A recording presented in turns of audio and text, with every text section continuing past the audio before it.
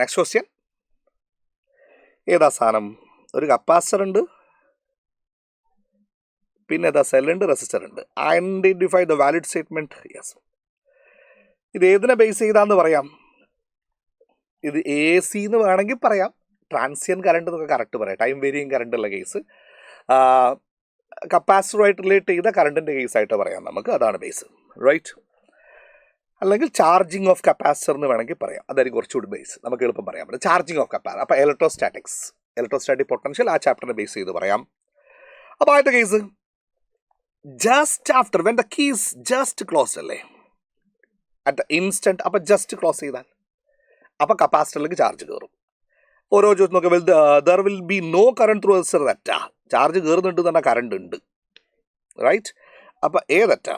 അപ്പം ഇത് രണ്ടും തെറ്റാന്ന് ഇപ്പം തന്നെ ഉറപ്പായി, റൈറ്റ്? ഇനി ഏതാ? There will B maximum current in the connecting wires. കറക്റ്റാണ്. കാരണം കപ്പാസിറ്ററിൽ ഒപ്പോസിഷൻ ഓഫ് കപ്പാസിറ്റർ എന്ന് ഞാൻ വിളിക്കും. കറണ്ട് ഒഴുകുന്നതിന് എതിർക്കുന്നതിന് നമ്മൾ കപ്പാസിറ്റി റിയാക്ടൻസ് എക്സ് എന്ന് വിളിക്കും. Initially during charging initially there is no charge. ഇനി വരുന്ന ചാർജിന് ഒപ്പോസ് ചെയ്യൂല.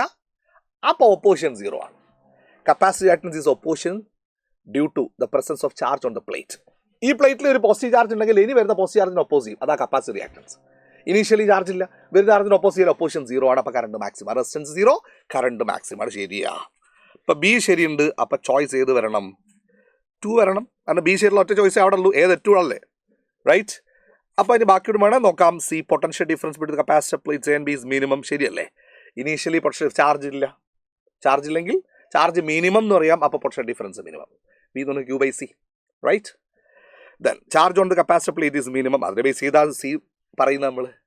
ക്ലിയർ ആണല്ലോ? തുടക്കത്തിൽ ചാർജ് കയറുന്നേ ഉള്ളൂ, ചാർജിങ് ആണ്. തുടക്കത്തിൽ ചാർജ് മിനിമാണ്. രണ്ടാമത്തത് V പ്രൊപ്പോർഷൻ ടു Q ആണ്. ചാർജ് മിനിമാണ്, പൊട്ടൻഷ്യൽ ഡിഫറൻസ് മിനിമായി. ഫൈൻ. യെസ്.